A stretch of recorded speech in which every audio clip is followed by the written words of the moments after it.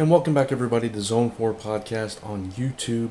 I am Brant Fowler, aka the Gonzogoose, back with you for another episode of the weekly Zone 4 Comic Book Countdown. This is episode 5, and this is for books that came out on February 4th, 2015. So I read 15 books this week. If you watched the Frontline live show, which you can find up there, this week you already know my top 5 and my bottom book, which is on the screen right there. But this is the full countdown. If you have not seen that yet, then you're about to get the entire rundown. So, definitely tune into that, though. It was our 1 year anniversary and 2,000 subscriber celebration episode. It was Frontline Live episode 45, so check that out. But anyway, on to the countdown for this week. 15 books. Coming in at number 15 is The Unbeatable Squirrel Girl, number 2. And the reason this book ranks so low for me, it's not that it was the absolute worst book I read. It was the one I was most disappointed in, because I really enjoyed the first issue. I thought it was a lot of fun. It was unique.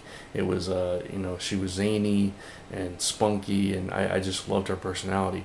This issue, it was so much of her in this, so much dialogue, so much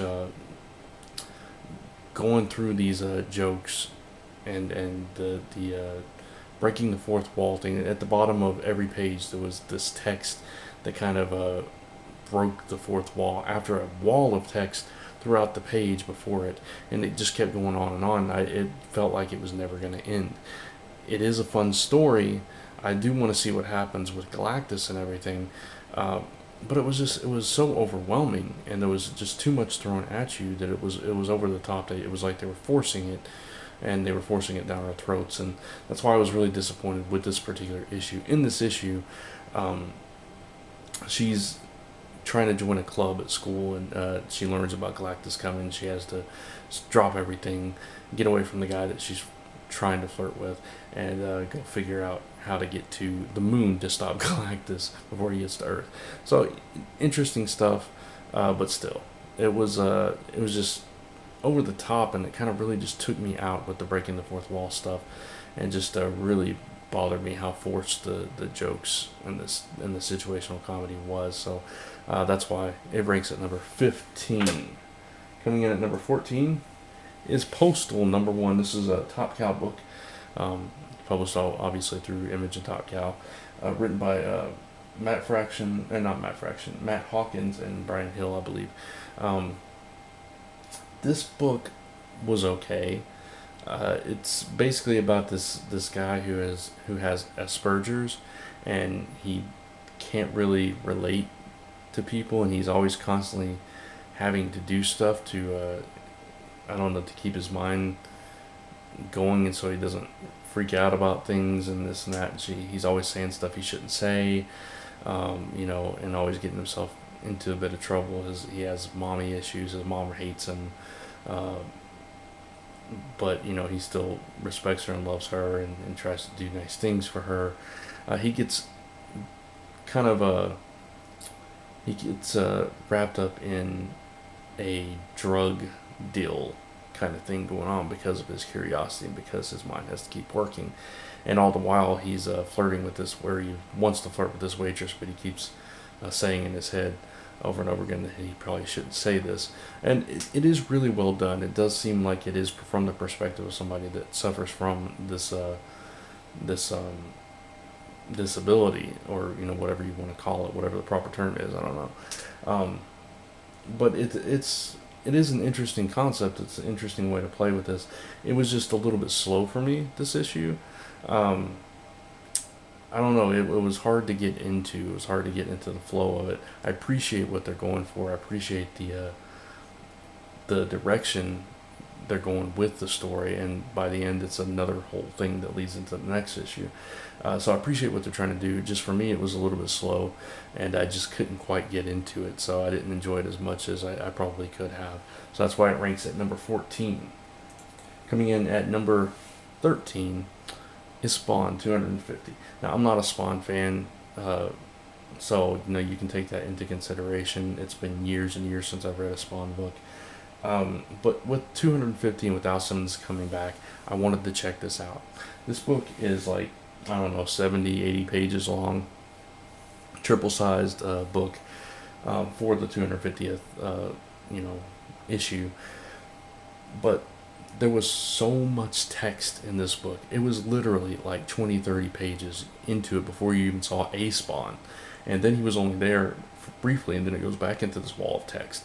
And then you don't see Al Simmons return until the very last page of the book. And it's all about these bug creatures and the news reporting on it. I mean, there are pages and pages of just watching a TV with a news reporter on there and occasional narration captions throughout. It was so much information. It took me completely out of it before I got even a third of the way through the book. It was one of the most, and I mean this with all due respect to the creators and to the fans of Spawn, but for me personally, it was honestly one of the most boring books I've read in my entire life. It was that, because it was just constant information. It was like you just have the news channel on and you're just watching it, and at the same time somebody's talking in your ear. That's what it was like, and it was just too much. The only reason it ranked a little bit higher is because, again, I was really disappointed with Squirrel Girl and Postal. I just could not get into. At the very least, the parts with Spawn were interesting. You know, the parts with this bug thing that I have no idea what's going on, it was at least interesting. But yeah, it was just such a boring issue and not what I expected. I'm sure not what Spawn fans expected either. You shouldn't have to wade through that crap to get to the good part in a book, my personal opinion. But that's why Spawn comes in at number 13. By the way, I forgot to do the rankings. I always forget this. Squirrel Girl for me was a 2.5. Postal 2.5. This is 2.5 or 2.5 stars, however you want to say it. So coming in at number 12 is The Nameless, number 1. This is written by Grant Morrison and Chris Burnham. This is another Image title. I'm not a Grant Morrison fan. Everybody that knows me knows this. But I wanted to try this out. It's a new number 1 issue, and I always like to give number 1 issues the benefit of the doubt. And this story is actually kind of interesting. It's out there, and it takes you a bit to figure out what's going on, which is typical Grant Morrison. You've got to really pay attention. You've got to really embrace the weirdness, and you've really got to get your mind around the concept before you can understand it and appreciate it. This concept is basically this guy is in this dream state, and he's trying to find this dream key, and we don't know he's in a dream state at first. He's stuck in this place, and we learn that it's kind of like Inception in a way. He's in this dream state trying to find this device, and he's trying to get out in time to meet with the people that sent him in there to get it, and that's kind of what happens basically. And he meets up, and he's taken by these people and so on and so forth, and that's kind of what kicks off the story. That is really the basic rundown of this issue. There's not a whole lot going on. There's just it's a lot of character stuff throughout this issue, and the character was interesting. He is the nameless one. He doesn't have a name, and so it is a very interesting concept. I'll give it to them. It was just, the art was a little shaky for me. There were some panels that were really beautiful, and there were others that were just really kind of sketchy. And like I said, it took me a while to get into the stories, and that's why it comes a little bit lower on the countdown for me. But this actually was a pretty interesting book, and I definitely will be coming back for issue 2. This one gets a 3 out of 5 stars for me for Nameless. Coming in at number 11, we have Batman Eternal. No, I'm sorry. Jeez. Getting my covers wrong now. New 52 Futures in number 40. It was an okay issue of the book. As far as the weeklies go, this was one of the better issues. I disagree with what my good friend Chris Ventura said on his countdown, which he said that this was focusing on one thing, and I disagree completely. There was like 4 different stories going on simultaneously here, and it kept jumping between them, or it jumped from one to the other. But it wasn't all at once. It wasn't like a panel of this, panel of that, or a page of this, page of that, whatever. We get the whole Brainiac thing again. Brainiac's coming in, and you have Shazam trying to go into the field, and they're like, no, you need to stay here. You got all this other little bit of... I don't even remember everything that happened in the issue, honestly. It's kind of forgettable, but it was better than the previous few issues, and that's the only reason it ranks a little bit higher. I apologize for a scarce review. I kind of read it really fast because I just wanted to get through it, but I do remember the Brainiac stuff, and there was some other stuff at the beginning. Some of the books are jumbling together in my head, and I'm not getting them straight. But the Brainiac part stands out to me. That this wasn't the Brainiac that we thought, the one that's been there the whole time. He was just an agent of this larger being who comes into play in this book. So it was at least interesting as well. So New 52 Futures in number 40 gets a 3 out of 5 stars for me. Now we're into the top 10. Now, Batman Eternal, number 44. This issue, unfortunately, was a little bit disappointing compared to the last 2 issues, which featured spoiler heavily, or Stephanie Brown. And she was in this issue briefly, and trying to convince them that Bruce Wayne is a bad guy, and she had to go, and she has to be held back physically from going out and getting herself into more trouble. In the meantime, Batman is dealing with his own thing, hunting down this doctor that used to work at Arkham, and Milo something, and trying to get to the bottom of that, as he's got all these drugs and everything. And that's basically what this issue was about, was Batman hunting him down, and dealing with the consequences afterwards. So it was an okay issue. It felt filler, which is kind of weird to say in a weekly series, because a lot of it is going to be filler. But after those 2 phenomenal issues we had, it's the same cycle that Batman Eternal has gone through since day 1. So unfortunately, that's what we got. But this one gets a 3 out of 5 as well. All right, coming in at number 9, we have Green Lantern number 39, which this was a decent issue. It just wasn't as good as the last issue. In this issue, Green Lantern is called before the New Guardians, and he thinks he's going to be in trouble, and they actually commend him on a job well done. And it sets forth in motion that now the Green Lantern Corps needs to repair their image across the galaxy, across the universe, whatever. And that's really the gist of this book. There's some altercations between some Green Lanterns, fighting over some stupid stuff, and Kilowog having to come between them. Kilowog filling him in. He's having to read all these reports before he goes and sees them, and all that. And there's another threat that is coming, and they have to be prepared for that threat too. And he's at the edge of a planet, and he's warded off by that planet because because of the reputation of the Corps and everything. So it's all about resetting and setting into motion this repairing the Corps' image, but all the while there's this threat coming that they have to deal with as well. So it was a solid issue, just not the best issue, but it is picking up. It is getting better and improving, and it's, like I said, it's setting a new course and tone. So Green Lantern number 39 gets a 3 1/4 star from me. All right, so coming in at number 8, we have Wolverine's number 5. This book has really been picking up. The past couple issues I've really enjoyed. This one I enjoyed. They are all converged. They've all converged on Mr. Sinister's fortress, and they are trying to get the remains of Wolverine back. And it's like a madhouse, a fun house. He's kind of changed things up, and he's throwing all kinds of things at them. There's a bevy of Scarlet Spider clones in there, and they're just all Ben Reilly's walking around.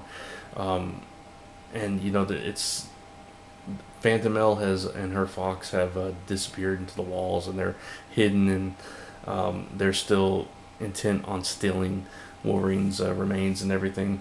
And all the rest of the people there, all the Sabretooth, Mystique, and all them, and all the other guys, Shogun and so forth, Neuron, they're all being put through their paces and kind of dealing with these illusions or these mind games that Sinister is playing with them throughout the issue. And then at the end, the X-Men pop in, and they're like, we're taking Wolverine's body. And so it's going to be this 3-way battle between these 3 groups trying to get a hold of Wolverine's remains, which it's interesting. It's an interesting story, and I really do like this Phantom Elle character. She's the breakout character of the series for me. I could care less about any of the other characters. I mean, I like X-23 a lot. Not so crazy about her in this book. I like Mystique, not so crazy about her in this book, although she is being more in character and in voice now. But Phantomelle is this breakout character that I really enjoy, and I want to learn more about her, and I want to see more of her. So that's why I really like this book now. So that's why Wolverines, for me, also gets it gets a 3.5 stars, and it comes in at number 8. So coming in at number 7 is Operation Sin number 2. This is 2 of 5, and this book was in my top 5. It was like 2, maybe even first place last month. No, it wasn't first place, but it was like 2 or 3 or something. It was high in my countdown, or in my rankings. But this particular issue was just not quite as good as the last issue, so that's why it gets a little bit lower at 7. They've basically gone into hiding, Howard and Agent Carter and the two people that they're with, the girl that they found in the bar, and McCord, and they're trying to find somebody that McCord knows to help them, and all the while they're being pursued, and they're on this farm, and then there's this McCord shows his true self as he sheds his raggedy clothes, and he's got this armor and stuff, and he's defending all these fancy guns that Howard Stark had put together. And then there's this alien aspect that comes into the play, which kind of took me out of it a little bit, even though, I mean, obviously that's part of the story, but it just, I don't know, it felt a little odd. The first issue was a lot more grounded, and this one started to veer off. The characters were still very much in voice. I loved the interaction between Howard and Peggy. In this book, I think there was one really forced scene where he just said something and she just uppercuts him and he's flat. It was a little bit exaggerated, but aside from that, it was really well done between these characters. It just wasn't quite as good as the first issue, so I had to go a little bit lower because there were just more books that I enjoyed this time. But it definitely gets 3.5 stars out of 5 for me for Operation Sin, coming in at number 7. Number 6 is Miss Marvel number 11. This was a fun issue. Miss Marvel has learned that she's inhuman, and she is on the trail of the inventor, and this bird garbed dude and her friends are there to help, and they don't know that it's her, but they're there to help. And she gives them the speech at the end about how it's coming together, and being responsible that makes a hero and all this stuff, and it has a good message, and she's learning things about herself and about her family, and throughout the issue too.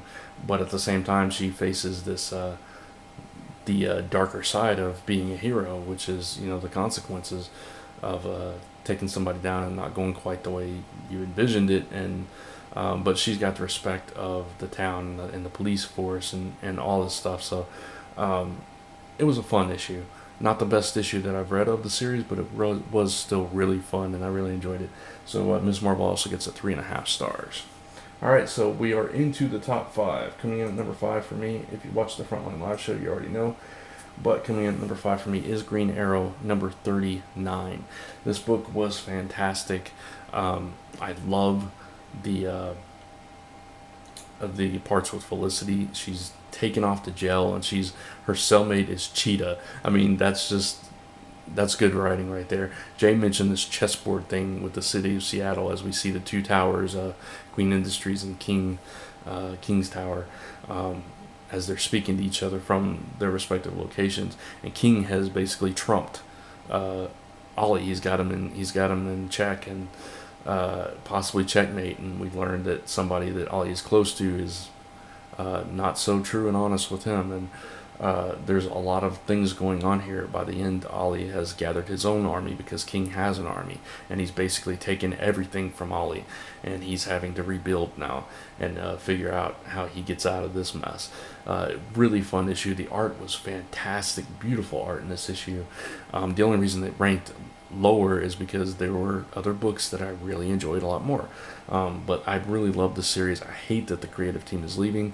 All I can hope for is that they can maintain this level of quality. And anybody that's not liking this, I don't know what to tell you. I personally, nothing against the Jeff Lemire run. That one was a lot darker. It was harder for me to get into. this one is more up my alley, and I really like this creative team, and I'm sad to see them going so fast. But you know, that's what happens in comics. But 4 out of 5 for Green Arrow number 39. Sorry about that. The time ran out on the camera. So anyway, Ant-Man number 2 coming in at number 4. Fantastic issue. Just like the first issue was really good. This one actually even better, I think. Really enjoyable issue. It's just fun. Scott Lang is basically trying to get a loan to start his own business as Ant-Man Security Solutions, and he brings up Iron Man's name and all this stuff, and this is hilarity. And they tell him, you don't even qualify for our free checking account. You're this convicted felon. You have no money, you have no job, you have no home, you have no collateral, you have nothing, and you're wanting a loan from us. And he's like, but I'm a superhero, and I've done this, and Tony Stark was going to hire me, and all this stuff. And Cassie's there outside, and she's like, if you don't get this, Mom's not going to let you see me, and that kind of thing. And it's you have this inner monologue with him as you did in the first issue, but not quite as much. And his whole thing is, okay, I'm going to show you how good I am, because I'm going to show you how bad your security is. And then they're freaking out like he's robbing the bank. And then there's something in the bank that he has to deal with that kind of was unexpected. And it's just like everything he tries to do, he goes about it the wrong way, and then something disastrous happens.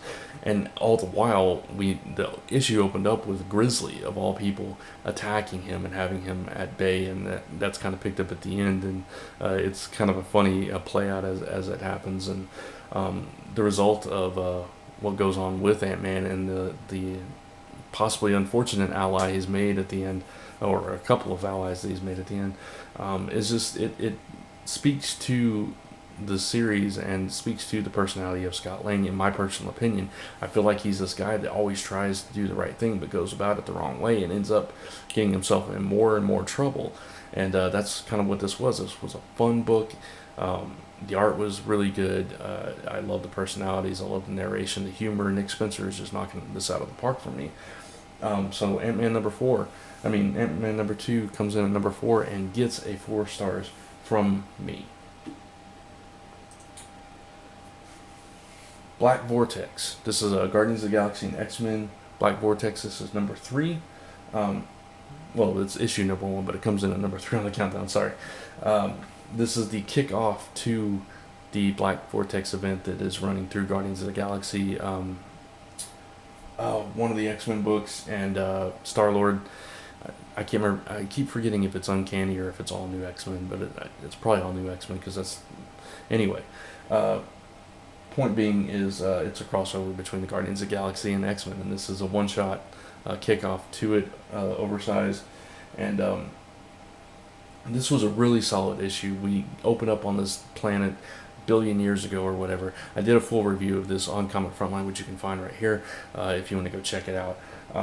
But we open up and there's like this celestial being standing there that they think is their god and all this stuff, and they wonder what's going on, and it finally opens, and this mirror of sorts changes them. And over the course of the issue, we get a couple of flashbacks, and we see that this has become a destructive force on this planet, bringing it down to one person.